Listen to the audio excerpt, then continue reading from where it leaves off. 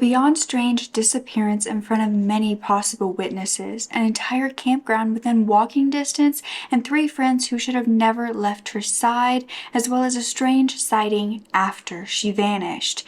Yet there is seemingly no trace of this sweet girl, like she was never even there. You are such a genuine gem. Thank you for clicking on my video. I'm Brooke Mckenna, but today's case we are talking about a very strange disappearance of a girl who was at a campsite surrounded by her friends when this occurred, and there has been no trace of her even today. If you don't know, it's my absolute passion to make these videos, so if that's something you'd like to support me in doing, all you have to do is make sure you are subscribed with the post notification bell on, giving this video a thumbs up, and leaving a nice comment down below. I also want to thank Aura for sponsoring this video and allowing me to continue creating these videos.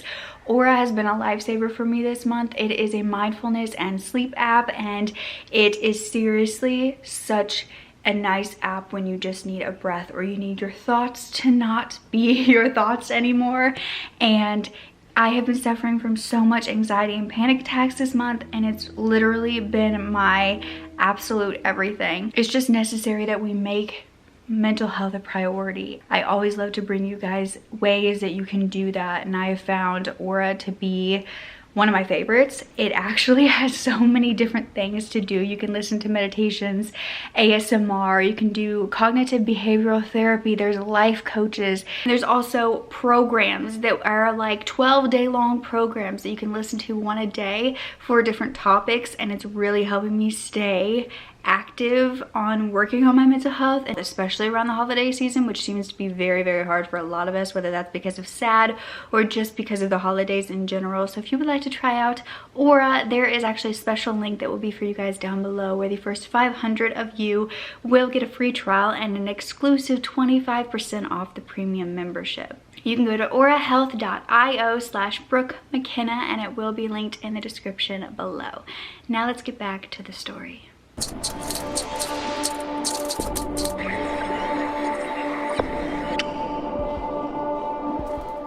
So it was 2007 in Canada, and the Calayca family lived in Cabbagetown, Toronto. Now this was single mother Elizabeth Rutledge and her daughter from her ex-husband, who was Mario Calayca, named Christina Calayca. Now Christina had been born on December 19th of 1986, and a year later Elizabeth and Mario had actually divorced. Now Christina's mother, Elizabeth, was said to be an extremely fierce, strong, independent woman, and everyone knew she would be just fine on her own, even raising Christina all alone. Like, that was just something that everyone had faith in her that she could do, and she had faith in herself as well. You see, 7 years prior to this, she had actually immigrated to Canada from the Philippines. She had this feisty personality. She was going to get what she wanted, and she knew how to just survive. Christina was in a very loving, good environment. She grew up in an apartment in Ontario with just the two of them for quite a while, until Christina was 6 years old. At 6 years old, that is when she would be given a stepbrother named Michael, and Christina absolutely adored him. She loved being able to take care of them. She loved the older sister duty. She didn't think of it as a burden at all, and the three of them, Michael, Christina, and Elizabeth, were said to be very, very close. One of the main things about Christina, and you'll learn more that we talk about her, was that she was a very, very caring person, and almost everything she did was for other people. And one of the big things that she wanted to do after seeing how much her mother did for her while growing up was to repay her in some way, in some shape or form. So as Christina was growing up, her main passion was at the church, and her mother was extremely religious, Catholic, and so Christina was said to start even praying at 1 year old. But the church community, especially youth group, was a big passion to Christina.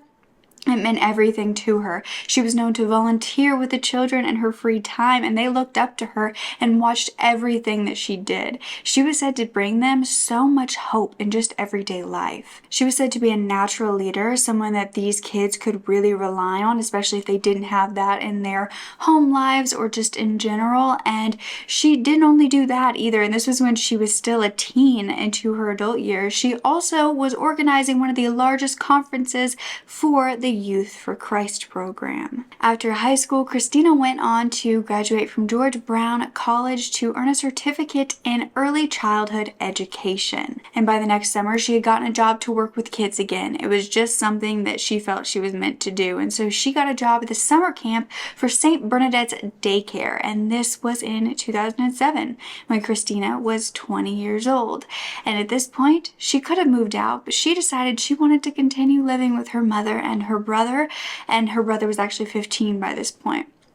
They also at the home had 2 cats who were named Crystal and Oreo, as well as Oreo's new kittens she had just given birth to a litter. Now Christina remained at the family home mainly because she wanted to help her mother out with rent. She decided with her salary she was going to pay half of the bills. It was as much as she could do, and that's what she wanted to do for her mother. She never felt like she had to do these things. It was just in her bones to be that giving person. Christina wanted her mother to be able to quit a few of her job so she could focus on what she really loved to do, which was to be a financial advisor, and she wanted to do that full time, but it just wasn't possible with all the different jobs. And with Christina's help, she was actually able to quit those other jobs and do so. Now, family was #1 priority for Christina, but she also had huge goals for herself.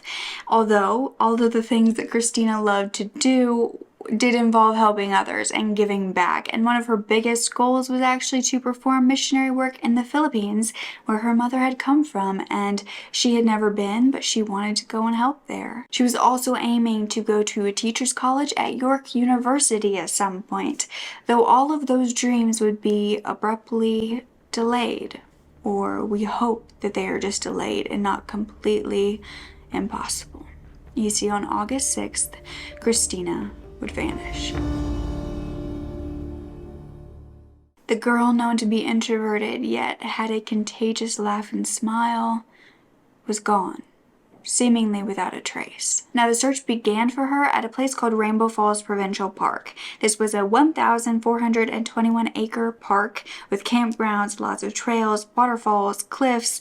It was in Ontario, around 14 to 15 hours from Christina's home in Toronto. Now, the reason they were searching there was because Christina and her friends had gone on a trip there that weekend. It was a long weekend, so they would have that Monday off, so they had left around 10 a.m. on Saturday, August 4th from Christina's home. Her and 3 of her friends had gone, but the 3 friends came and picked her up at her home, and they ended up driving her mother's or hers. There's different statements, but one of the cars that belonged to the Calaycas was a green Honda CR-V, and that is what they took in order to arrive at the park the next day. But by 2 p.m. the day after this, Christina's friends were informing the park employees that their friend was missing. Now, they hadn't asked these employees to call the police. They weren't even really asking them for help. They were wanting trail maps, and when asked why, if everything was okay, they then explained that their friend was missing. And of course, these employees said, we need to call the Ontario Provincial Police. Now, 2 hours after this, Elizabeth, Christina's mother, was informed that a search had commenced for her daughter, and before police even arrived, these park employees were out searching on their own through the local trails, the local bodies of water, and they were worried that she had been attacked by a bear more than anything. Now, as the police arrived, there was a sergeant named Eric Luoto who was in command, and they heard Christina's description, which was about a 5'2" girl weighing 125 to 130 pounds. She had brown eyes. She also had wavy, shoulder-length black hair. And she had orange streaks in her bangs, or orange highlights. And it was said that she was also in good health, but poor physical shape. And this is something that we'll dive into a little bit later because it is a strange element of the story. But she was said to be wearing a striped maroon and purple shirt, as well as a blue hoodie, black pants, and running shoes. Now, the thing about this friend group was that Christina nor any of her friends were experienced campers. They did not go out in the wilderness often. This was not something that they had any professionalism in whatsoever. Now, they had really planned a trip and simply typed in things online of where they could possibly go, and this park caught their eye. Now, Christina's friends, of course, were spoken to, and they turned out to be two of her friends who were said to be from the church group that she was often with. Now, they were Edward Miguel, who went by Eddie, who was a 20-year-old, just like Christina, and the other was a boy named Joe Benedict, who was 19 years old. And then the other person with them was another girl, who was actually Christina's 20-year-old cousin named Faith Castula. So they began to tell their stories, and so the timeline was sort of put together at this point, but they were saying that they had driven to Christina's house in Eddie's car, and they planned to take Eddie's car all the way to the park. However, Christina looked at it and saw that it was kind of beat up, a little bit older, and was saying, you know, why don't we just take my car? It will be safer, it's completely fine. And so that's what they used to make this journey. They did make a few different stops, whether it was for gas or just to look around. So it took them a little bit longer than what they were hoping, but they did arrive at the campsite on Sunday, August 5th around noon. Now they had reserved a spot for their RV or their car, you know, the campground. They had reserved a spot at a certain campground that was more near the entrance of the park. However, they said they decided to drive further in and get a spot at this other campground that was further inside of the park because it appeared to be more private. Now, the park was said to be quite busy at this time. There was normally a lot of locals that would go there, but there was also a lot of people who were not locals. Now, after setting everything up, they decided they were going to take a nap after that extremely long drive. So they were also to lay down around 6:30 p.m. with an alarm that was supposed to wake them up, but it didn't. So 4 hours later at around 10:30 p.m., they all started to wake up. They were hungry, so they took out their grill and they began cooking food and having a meal together. They were said to eat, and they were also drinking some alcohol, but none of them were said to be drunk. They were just, you know, a little intoxicated, but not to the point of not being able to function, and they were just talking and hanging out around 4 a.m. Now, these friends said that Christina had actually joked around this time when everyone was about to go back to sleep that they should go for a swim. And then she was saying, oh, it's too dark. She was really just joking about this, but they all went back to their tents and went to sleep. But around 6:30 a.m. the next morning, which was really only a few hours after they had gone back to sleep, that is when Christina had actually woken up. And they knew this because she had woken up Eddie to ask him if he would go with her to the comfort station. Now, the campgrounds were not someplace you could go to the bathroom at. You had to travel just a little bit. It was walking distance, but you had to travel to go and use a restroom. And so Christina, being a safe and smart girl, asked somebody to go with her so she wasn't alone. Now, Eddie said that once they were done with the bathrooms, they decided to go on a jog together. Now, this is where the story kind of gets muddled. We don't really know the truth, and it seems a bit weird, but it was said that when they were jogging, Christina couldn't really keep up, and Eddie wanted to go on a route that was closer to the highway because this park was along the Trans-Canada Highway. So he was trying to go on the route, the trail that was closest to the highway, and Christina was said to be joking with him, how long are you going to run? And he was saying things like, oh, I'll run until I'm dead. And Christina did not want to do this. So she ended up taking, allegedly, a different trail that led her back into the park, supposedly going to the campground with her friends. Now, Eddie said that Christina was very upbeat that morning, that they didn't have a fight, and he believed she was going to the waterfalls to look at them when they split up. Eddie said that after he had gone on this jog, he had found a picnic area where he actually carved in the initials FCJE on a rock, which was all of their initials, and then he returned an hour later to the campsite to find an axe. He wanted to whittle some logs. He was already awake, and Faith and Joe were still not yet awake, so he was just kind of biding time, waiting for Christina to return. And then around 9:30 a.m., that is when Faith and Joe ended up waking up. They were asking about Christina, but then Faith was kind of talking herself out of it, saying that Christina was very introverted. Maybe she just needed some space, needed a time to walk away and collect her thoughts, and that she would be back. Now, Joe claimed that around this time, he went to the comfort station to shower, and he was also just looking around the area to see if Christina could possibly be there. And when he arrived back at the campsite, Faith and Eddie were making breakfast, and so they all had breakfast together, and Christina was still not back. And then the clock struck 11 a.m., and that's when the friends really started to worry. They were just not feeling as though she should have been out that long, and they were feeling that something wasn't right. So Joe and Eddie were said to start driving along the trails that they believed she was running. They were calling out her name, and then they went back to the campsite when they couldn't find her.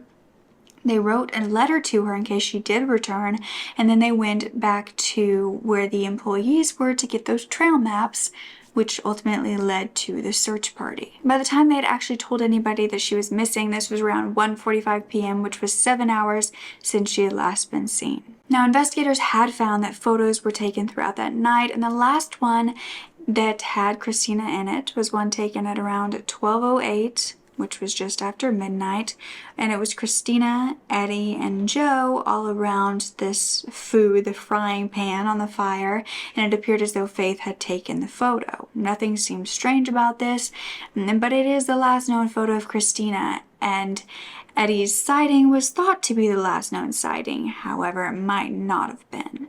You see, another camper who actually lived in the area but would come down to the campgrounds, he said that he was outside of his camper drinking his morning coffee around 9 a.m., which was 3 hours after Eddie had last seen Christina, and he said that he saw an Asian woman, or who he thought to be of Asian descent, running off the highway, which is where, of course, where Eddie was running, and she would have been running back into the camp from the highway technically. So she was running back into the park, and it appeared as though she was going through the campground.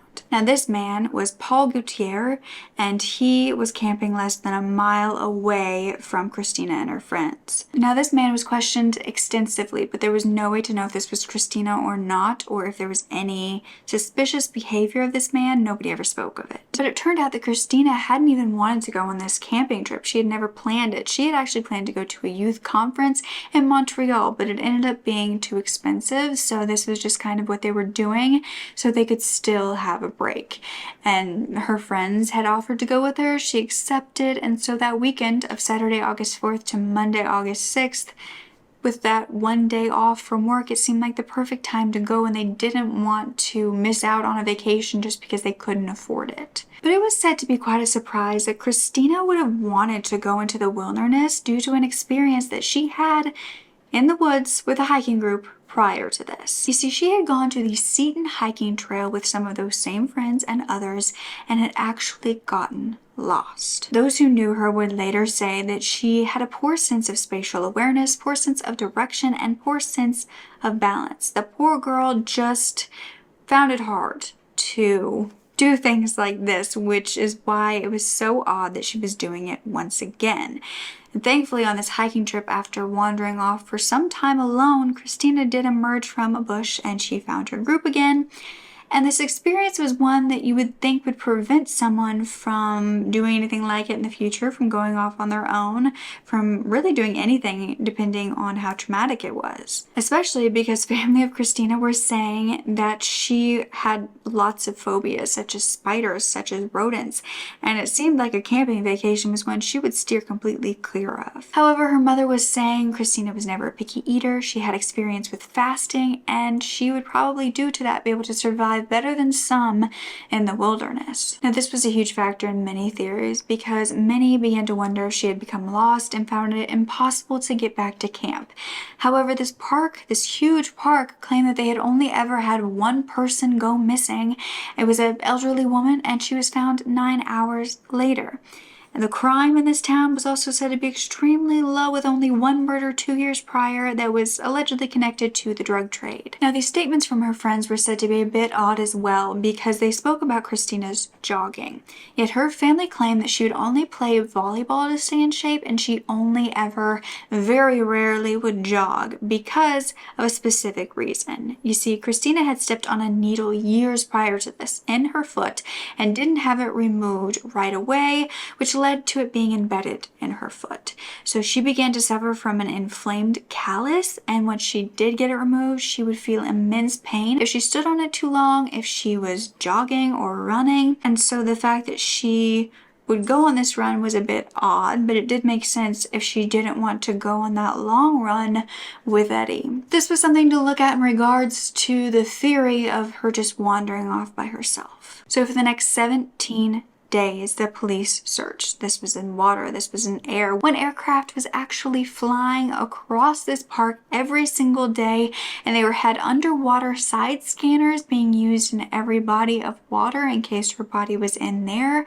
and they were looking at all of the campsites. Investigators began to find that this area was one of the most rugged areas with thick bushes and cliffs, and there was also a bunch of fog and rain, and the search was actually halted every single night because they were worried about it being dangerous. Now, the terrain was said to be so difficult that 3 different searchers, even professionals, had been injured. But canines were brought out in the middle of the investigation and were unable to pick up her scent. The searchers were following rivers and electrical lines on the trails because they hoped that she would know to follow that to find some sort of escape, but there was no sign of her whatsoever, and experts were saying that she was likely to be found within the 5-mile radius of the campgrounds, and there was not a shred of evidence anywhere in there, which was strange. This made it even more unlikely that she had been attacked by a bear. There was no drag marks, there was no blood, there was no ripped pieces of clothing. Now, Faith, Joe, and Eddie were all questioned 3 times, but nothing led investigators to believing that they had any involvement in this. They were never suspects, and Eddie was saying that he regrets allowing her to walk alone. And Eddie has also been said to be a very good person. He's often volunteering, he's training to be a firefighter, and he's said to have no motive for murder. Now, Christina wasn't the only one to disappear, though. In a strange discovery, the same day that Christina disappeared, so did someone else. Her cat, Oreo. Oreo had vanished that day and never returned home either. Now, Oreo was the cat who just had kittens, and they ended up passing away once their mother left them. Was this just a strange coincidence? If not, what could this mean? Could her cat sense something was wrong, or was this just a mother who did not want to be a mother? Now, Christina's family immediately headed down to this park, and they were asked not to search, but they did have a campsite nearby so that they could be involved. And even her father, Mario, was there, and 100 to 200 residents were coming out to help in the community, and they did end up finding a few different items, including a pair of socks in a pool of water at the base of the waterfalls, and there was also a footprint in a mossy area nearby that. Now, the socks did look too big for Christina, but the shoe print could have been her size. The problem with any of this evidence was that since it had rained, a lot of it had been swept away. Now, her father, Mario, told the media that he was bringing out a whole bunch of family members to help in the search, and they did do this. They were all inside a helicopter helping look around, but slowly they were beginning to lose hope of the girl who kept hope alive for many. They all started going back to work, back to regular life after these many days.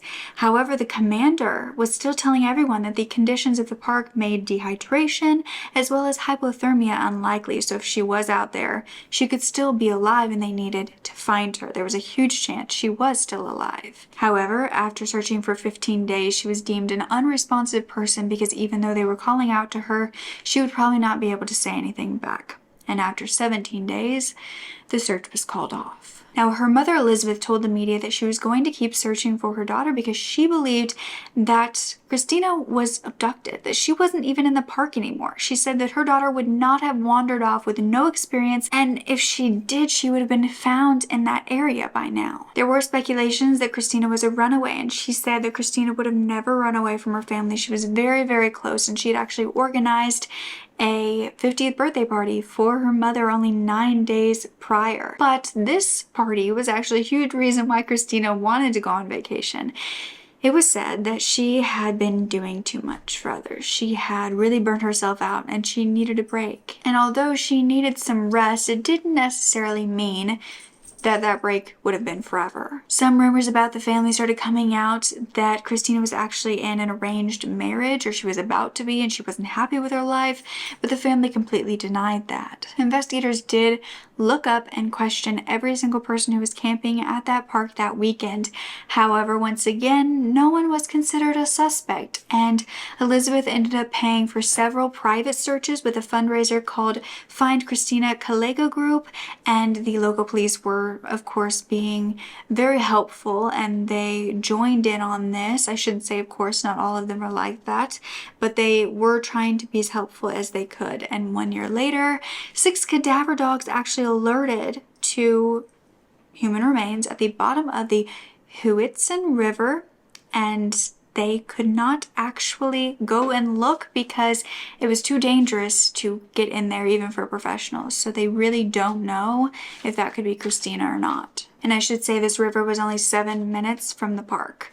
But by 2010, human remains were found 2 hours away in Thunder Bay, and many feared that this was Christina, but it wasn't a match. There was a $50,000 reward, and a retired officer came forward to say that with this case, there was a lot of information not given to the public. Although this case has never been solved, the police department doesn't believe there's any reason to believe it was foul play. However, her family believes that she was abducted by someone in that park who took the Trans-Canadian Highway and got out of town quickly. It was theorized that because Christina was so trusting and so helpful, that someone could have actually used that against her, and it could have made her vulnerable. They could have either asked her for help and then lured her to a place she couldn't escape from. She could have been asking someone for help, thinking that they would be a good person and helping her get back to her campground, and they could have abducted her from there. Now, like I said, this campground is mainly full of locals for most of the year. However, during this specific time, there was something called the Drag Fest event that happens every year that brings a whole bunch of outsiders to that area, and a lot of them will stay in the woods at the camps. One possible theory brought forward as to what happened to Christina was something called the Starlight Tours in Saskatoon.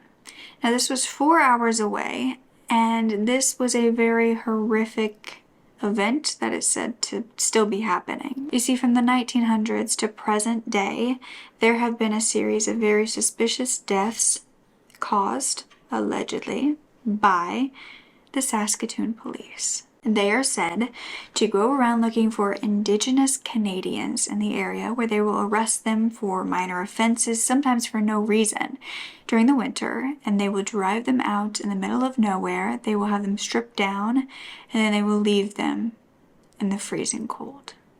They don't come back for them though, and these people end up dying. These have been called the freezing deaths, and many suspicious deaths due to hypothermia have been documented. And this is all of Indigenous peoples. And in 2003, the police chief there admitted that there was a possibility that this was happening and had been happening for many years. And when articles speak about this, they have been deleted over and over and over again. And the deletion for one of them was actually traced back to a police department computer. Now, although Christina was not Indigenous, she was a Filipino woman, she was said to fit the description physically to a certain degree. And the documentary called Cold Case Detective theorizes that this is what could have happened. An officer could have believed she was Indigenous and taken her to a remote area where we have yet to find her body. Now, I believe more than anything that these cases show the amount of violence towards Indigenous peoples and the amount of unsolved cases involving them. We also can't overlook the amount of missing 411 who vanish from national parks and forests in the United States. They will vanish without a trace. Now, is this the same in Canada? I'm not sure. I've heard a lot about it happening in the United States. I'm not sure it transfers over to Canada, but these disappearances seem to all be random and complete mysteries. Many of these cases are never solved because not a shred of evidence is located, nor is a body. Is this due to terrain or a dark truth that no one has been able to uncover? Just like the bodies. Now, another theory that the Cold Case Detective documentary vocalized was about the pair of socks that was found around the area, the seemingly only piece of evidence found.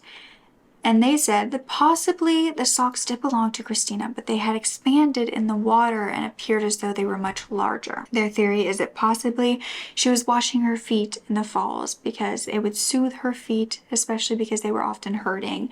And that is when she was attacked and abducted, and her socks kind of fell off into the water. And they wondered if the footprint found was actually either from her shoes walking in or if they were from the abductor. This would have been a place that Christina would have been very vulnerable with her shoes off, not really paying attention, trying to soothe her feet before walking back to camp. However, there were no signs of a struggle or evidence that anyone else was there or even that she was. Another theory came from the Next Call podcast, and this actually named a possible suspect.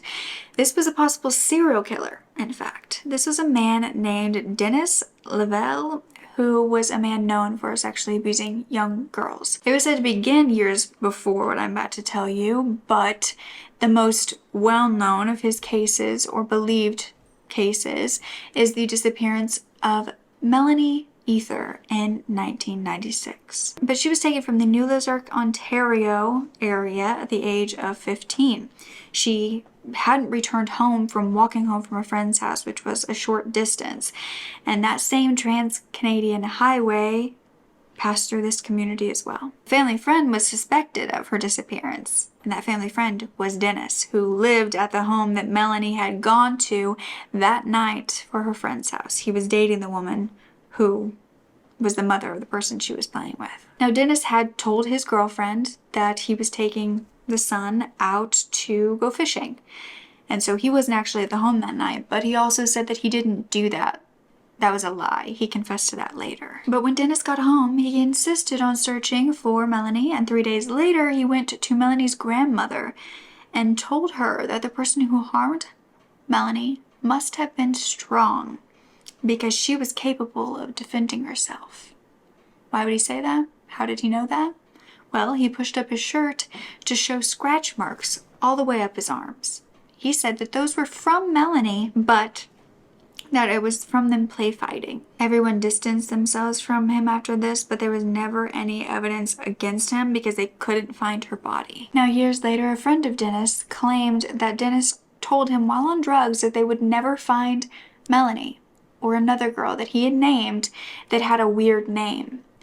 He was hinting at there being more than one victim and that he was a killer. Now, his awful behavior didn't stop there. It wasn't just in the 1990s. It went on through the 2000s, and he was even sentenced in 2006 for not following orders to stay away from several people, and again in 2012 for death threats and assaulting with a vehicle and violating parole, but then again in 2013 for sexual interference with someone under the age of 16. He would be in and out of prison for, short periods of time, but this gave him the possibility of having many more victims when he was out. One time when he was in, though, Melanie's mother actually went to visit him to ask if he was involved, and he said he would never hurt Melanie. But once he was released, she had tried to make a meeting to speak with him again, but the evening before they had planned to, Dennis actually suffered a stroke that paralyzed one side of his body, leaving him unable to speak. Now, he died 2 weeks after that stroke in 2016, and after that, 2 of his friends had come forward to say that they were all drunk when he confessed to killing Melanie, but he didn't say what he did with her body, and he threatened them not to tell, so that's why they waited so long. Many survivors of Dennis have come forward, and there are quite a few, but those who were possibly killed by him, we will never know how many there are. Now, Christina's mother, Elizabeth, has dedicated many years to trying to find her daughter. She says that she's struggling physically. Due to all of this, she has numbness in her body, high cholesterol, an overactive thyroid, and she's done her best to continue living for her son. But that did not stop her from doing everything she could to try to bring her daughter home. And unfortunately, even with all she did, it still wasn't enough. We still have no idea where Christina is, what happened to her. It's as though she never existed when her existence was so incredibly beautiful. I will leave the numbers for anyone to call in with real tips that you have, that you witnessed something and didn't want to say it back then. It's time to say it now. 25 years is far too long for any family to have to go without answers. So I will leave those numbers down below. You can be anonymous at the Crime Stoppers number. But what do you believe? Did her friends have something to do with this? Did something happen when Eddie and Christina went off alone? Did she possibly reject his advance and that led to murder?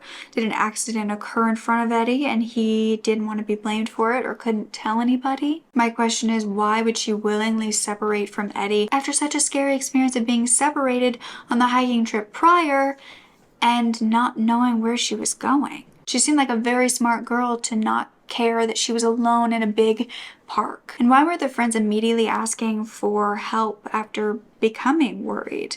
Why were they just going to do it themselves? Did they think that would be easier? Did they think they could find her, or something more sinister? And after such an intense search of this park, especially the 5-mile radius, but everywhere, how could there not be any trace of Christina at all? Was she really no longer there because she had been abducted? I think it could be very easy for a camper who is not local to the area or even local to have abducted her and quickly gotten out of the area with nobody hearing or seeing anything. But the missing 411 does prove that this is not something that is rare in national parks or in big parks like this. So what happens to the people we can't find? Could the remains that the canines alerted to at the bottom of that river that nobody can go in to look be Christina? With this case, I like to keep hope that there is a possibility she is still alive. Possibly not from running away, because I don't think she would run away, but maybe because she was abducted. And maybe she is still alive and fighting today, and she will get to escape and be back with her family. There's no evidence that Christina is dead. So I think we should keep hope, just as she gave hope to so many people, that she can come home and reunite with her family no matter what caused this disappearance in the first place. If it was running away and she does want to come back, then she should know that everybody would accept her with open arms. No one would judge her. No one would be upset at her. Everyone would be so happy to see her again. I hope that we hear good news about the ending of this case. Let me know what you believe happened. Send so much love to the Calayca family. Also, don't forget, if you would like to get 25% off your premium membership, go to aurahealth.io/Brooke Mckenna. And don't forget to speak up. Your voice is powerful enough, and I love you to absolute pieces. Okay, bye.